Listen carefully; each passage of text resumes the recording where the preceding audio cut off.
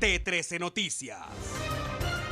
Excelente noche de miércoles y bienvenidos a nuestra última emisión de noviembre. Somos T13 Noticias y trabajamos para usted.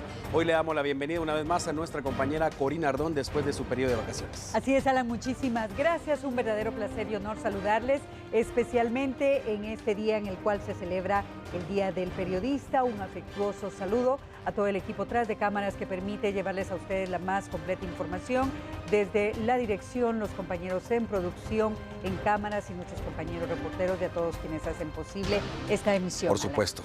Bien, nosotros vamos a celebrar este día precisamente trabajando, así que vamos a iniciar con la cobertura específicamente al norte de la capital. Todo indica que un cadáver fue desmembrado y los restos fueron abandonados en la zona 18. Una cabeza y 2 manos fueron abandonadas en una bandeja de plástico frente a la comisaría de la Policía Nacional Civil ubicada en la colonia Alameda 3 de la zona 18. Las extremidades pertenecen al cuerpo de una mujer. Las autoridades aún no han establecido la identidad de la víctima y tampoco se sabe acerca del paradero de su torso, pero sí es evidente que se trata de un acto de intimidación. El Ministerio Público recabó las evidencias y abrió una investigación para capturar a los responsables de haber abandonado los restos humanos. Horas más tarde, en un sector de la zona 5 capitalina, los bomberos municipales reportaron el hallazgo de una bolsa de plástico que expulsaba sangre. Al percatarse del hallazgo, los socorristas alertaron a los investigadores del Ministerio Público y al cierre de esta jornada, aún no se confirmaba si se trataba de un cuerpo humano. Y cambiamos de información y notas muy propias de esta época, y es que el árbol de pinabete es una especie de flora en peligro de extinción. Su comercialización ilegal es considerada en nuestro país un delito. La policía ha intensificado los operativos contra la comercialización ilegal del pinabete. Este miércoles fueron capturadas 3 personas que transportaban ramillas de este árbol. La División de Protección a la Naturaleza informó que se trata de una detención con base a que los individuos no portaban el marchamo que da legalidad a la venta del pinabete.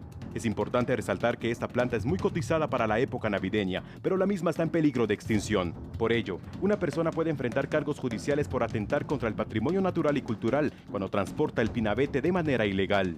La DIPRON aseguró que los operativos tomarán mayor protagonismo en la capital y las principales rutas del país a partir de este 1 de diciembre.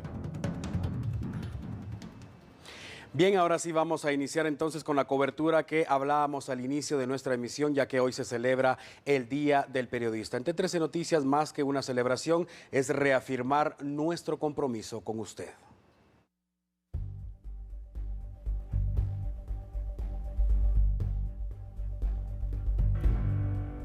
Lienzo en blanco todos los días. Todos los días son distintos.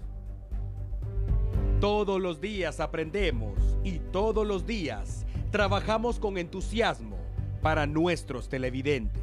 Algunos nos llaman chismosos y la verdad no es que estén tan equivocados, pero obviamente el periodismo es más que eso. El periodismo es sobre todo un compromiso con la sociedad de darles esa voz a toda la población para que den a conocer sus consternaciones, sus problemas, necesidades y, por qué no, las buenas noticias. Es informar con veracidad, es informar apegado a una realidad, siempre con una visión social. Algunos irresponsables aseguran en su pequeño círculo que el periodismo es un oficio. Qué lejos están de la realidad, pero hoy, 30 de noviembre, nosotros en T13 Noticias gritamos a los 4 vientos que el periodismo es una profesión digna. Recalcamos también que el periodista nace y es la vocación la que permite disfrutar de este trabajo que requiere tiempo, responsabilidad, esfuerzo y amor por lo que hacemos. Hoy se celebra el Día del Periodista en Guatemala. Y en T13 Noticias recalcamos nuestra responsabilidad y servicio para el pueblo guatemalteco. Hoy saludamos a todos nuestros colegas a nivel nacional. Saludamos y agradecemos a nuestras familias por aguantarnos, entendernos y aceptarnos. Pero sobre todo, damos gracias a Dios por la bendición de este trabajo. Esta fecha también es importante para recordar y exaltar a los compañeros que dejaron su último aliento en cumplimiento de esta noble labor y rogamos por su descanso eterno. Vivimos el periodismo con pasión y sabemos los riesgos que representa, pero lo disfrutamos cada día. En T13 Noticias celebramos el Día del Periodista trabajando para usted, amigo televidente. Usted que confía en nosotros y nos regala su tiempo todas las noches. Usted que merece nuestro respeto. Somos parte de la televisión guatemalteca y en esta importante fecha reafirmamos que nuestras bases siguen sólidas. Dios, lealtad y vocación periodística. Y al occidente del país también se reconoció la importante labor del gremio periodístico. Los comunicadores tuvieron el privilegio de convertirse en embajadores de la paz. En Quetzaltenango también se celebra el Día de la Libertad de Prensa y ya es tradición que para esta fecha, integrantes de medios de comunicación de ese departamento realicen el cambio de la Rosa de la Paz. En esta oportunidad estuvo en manos de Emma Gómez y Oscar Soc. El periodismo en el interior del país es vulnerable y peligroso. El corresponsal arriesga su vida y muchas veces es víctima de grupos criminales que intentan callar su voz. Es por eso que el cambio de la rosa en el Monumento de la Paz, ubicado en el Centro Intercultural de la ciudad altense, reúne año con año a decenas de periodistas para realizar una de las actividades más importantes que queda marcada en la historia y los nomina como embajadores de la paz. Bien, lo decíamos al inicio de esta misión, más que celebrar el Día del Periodista, definitivamente es reafirmar nuestro compromiso con estos fieles televidentes que noche con noche están con nosotros. Pablo, buenas noches. Buenas noches, Alan, buenas noches, Corina, qué gusto tenerte de regreso y a los dos desearles feliz Día del Periodista. Muchísimas gracias, por supuesto, y agradecer el favor de la sintonía de todos nuestros amigos televidentes dentro y fuera de nuestras fronteras, a quienes realmente nos debemos. Además, esta profesión la ejercemos con mucho gusto, con mucha pasión, como lo dice Alan, para llevarles la información día a día, noche a noche, hasta sus hogares. Gracias por estar con nosotros. Vamos a nuestra primera pausa, pero regresamos en pocos minutos para ofrecerle más periodismo diferente. Estamos de regreso en T13 Noticias. Ha pasado más de un año desde aquella noche de octubre que enlutó a decenas de familias en el Cambrai 2. El proyecto habitacional que pretendía reubicarlos había sido abandonado, pero hoy se reinició la construcción. Las familias que quedaron sin una vivienda tras el alud ocurrido el 1 de octubre del 2015 tendrán que esperar más para optar a una casa en el proyecto de Mi Querida Familia. Según las autoridades del Ministerio de Comunicaciones, será hasta en marzo del 2017 cuando el proyecto sea entregado y habitado. Carlos Varillas, viceministro de Vivienda, indicó que a través del Ministerio Público se ordenó que la empresa que estaba a cargo de la construcción del proyecto retirara el material de construcción que tenía retenido y que no permitía continuar con la obra.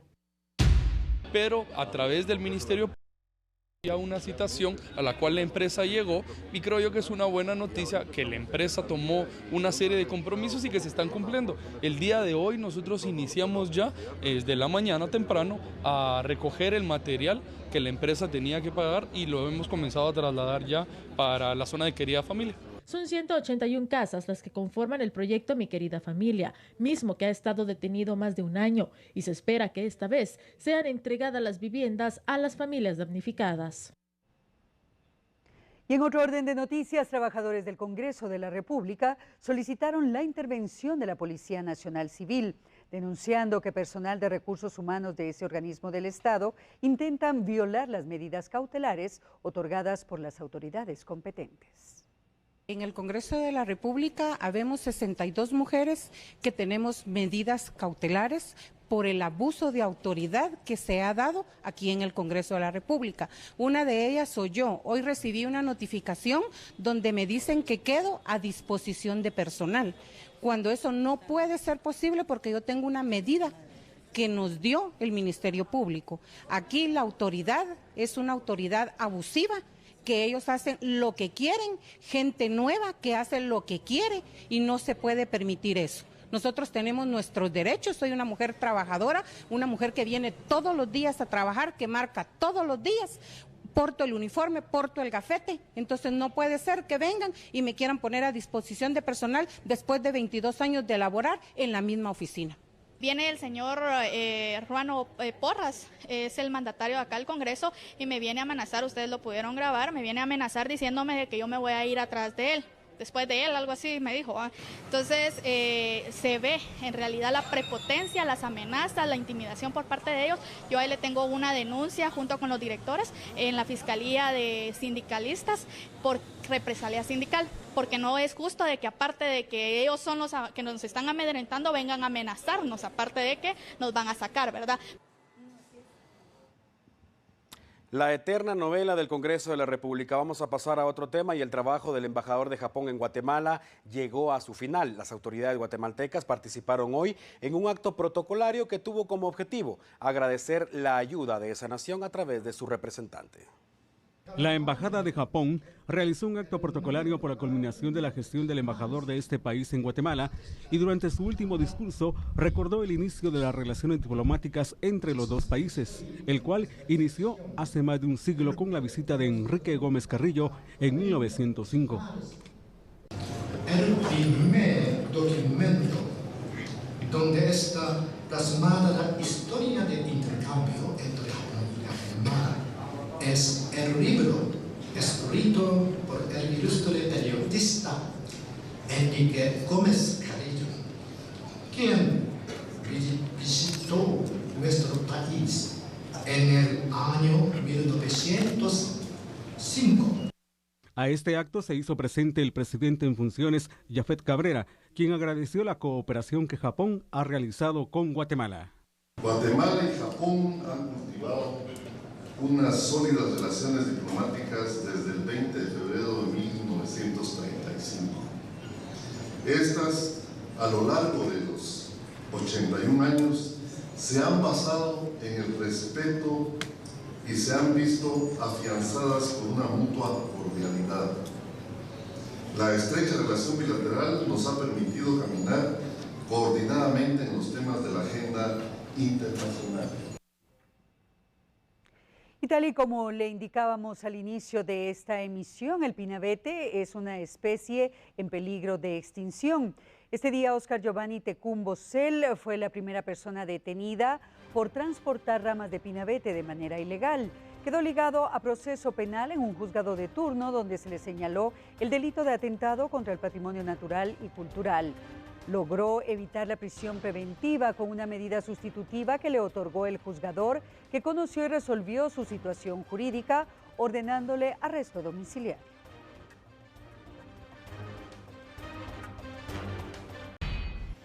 Es momento de una actualización informativa. Desde la zona 12 de Villanueva, una adolescente de 17 años fue brutalmente asesinada, pero es nuestro compañero Juan Pablo Garrido quien tiene toda la información. Así que, Juan Pablo, buenas noches y adelante con este reporte. Pablo, buenas noches. Nos encontramos acá en la colonia Villalobos 2, zona 12 del municipio de Villanueva, donde sujetos desconocidos han asesinado a una jovencita de aproximadamente 16 años de varios impactos de arma de fuego. Fiscales del Ministerio Público han realizado las diligencias correspondientes y no se logró determinar la identidad de esta jovencita de aproximadamente 16 años, quien vestía playera azul con rojo, una licra azul, zapatos tenis negros. La jovencita de aproximadamente 16 años y de tez morena será trasladada a la morgue del Instituto Nacional de Ciencias Forenses como XX para que pueda ser reconocida en las próximas horas.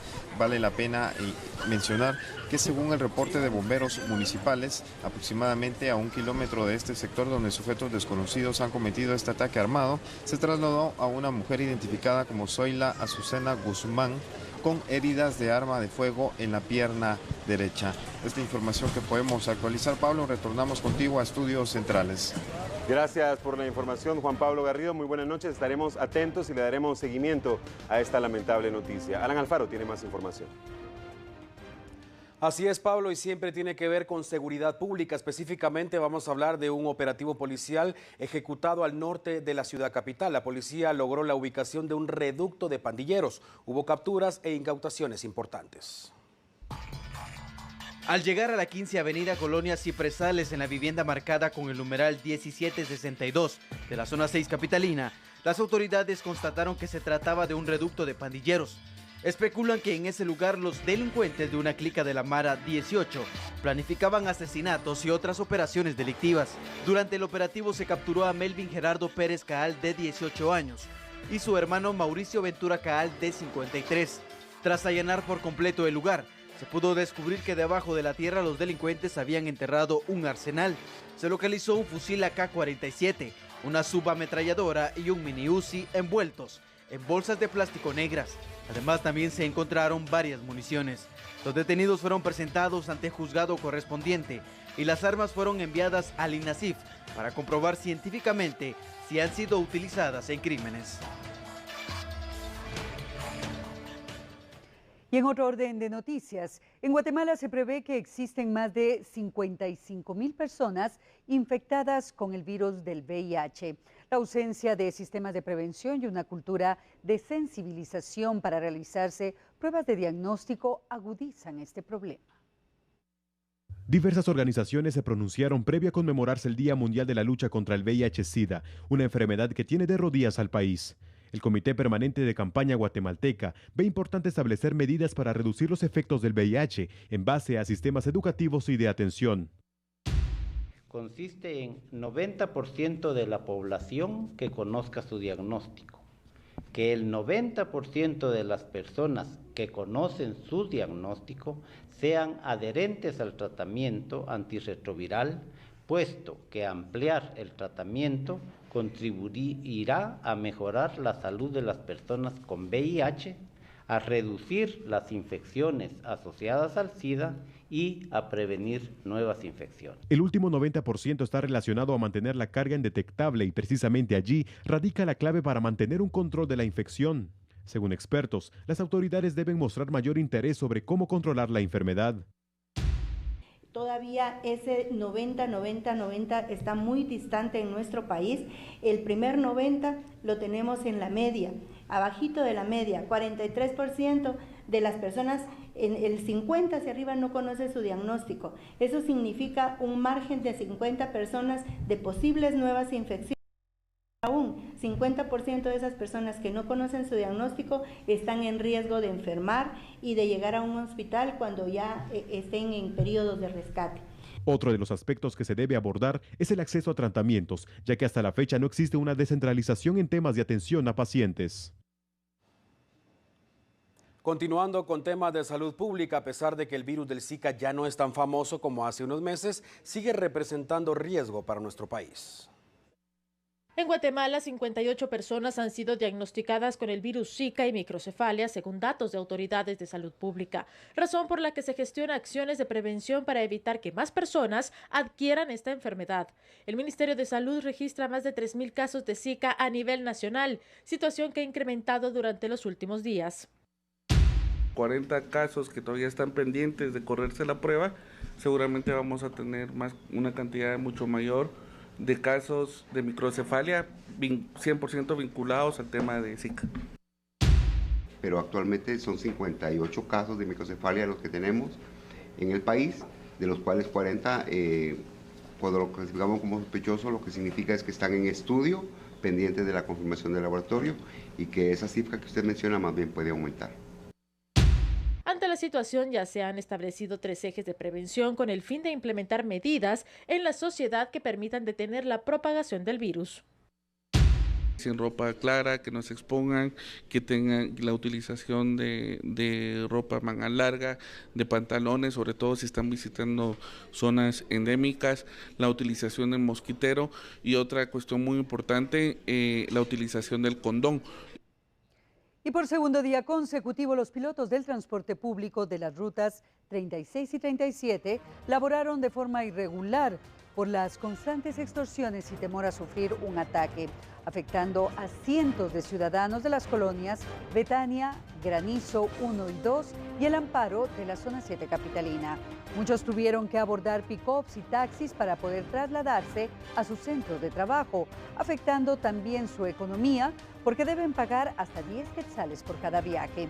Los vecinos claman a las autoridades para frenar la delincuencia. Ahora establecemos comunicación con nuestro compañero Samuel Orozco. Él se encuentra en la torre de tribunales dándole seguimiento al proceso penal que se tiene contra los responsables implicados de haber secuestrado a un niño de 10 años en la zona 5. Adelante, Samuel, te escuchamos. Buenas noches.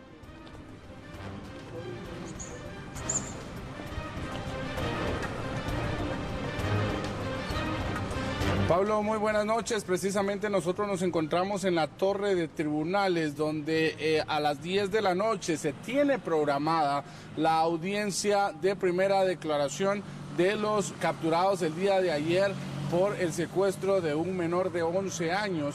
Recordemos de que ellos son José Andrés Cruz, de 21 años, Joshua Santiago Chavarría, 24, y Gracie Aurora Negrete Estrada, de 19, los cuales fueron aprehendidos en la 9ª Avenida 776 de la zona 4 capitalina.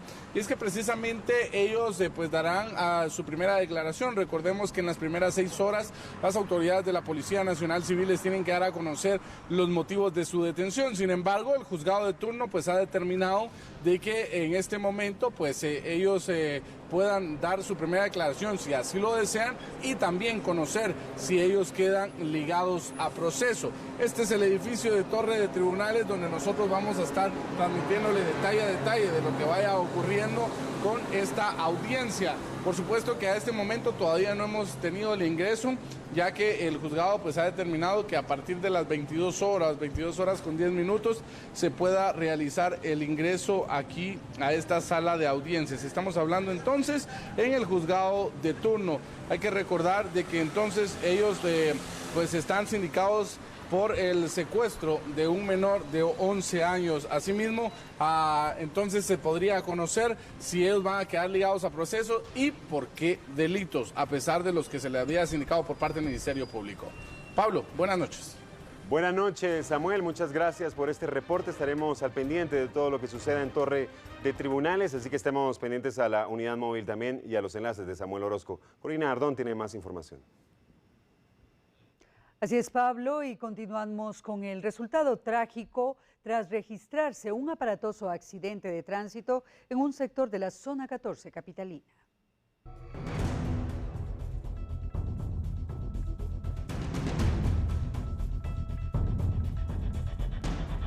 El saldo fue trágico. Una persona falleció y otra más resultó herida. El accidente se originó en la 14 Avenida y 6ª Calle de la zona 14.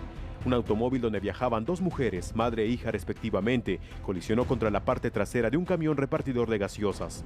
En el lugar, falleció Carolina Ramírez Arias, de 52 años, quien se conducía en el asiento del copiloto. Los bomberos municipales trasladaron a la emergencia del Hospital Roosevelt a Jennifer Ramírez, de 27 años, que iba al volante. Testigos indicaron que la joven conducía a excesiva velocidad, por lo que no pudo detener el vehículo cuando llegó al punto donde se encontraba estacionado el camión.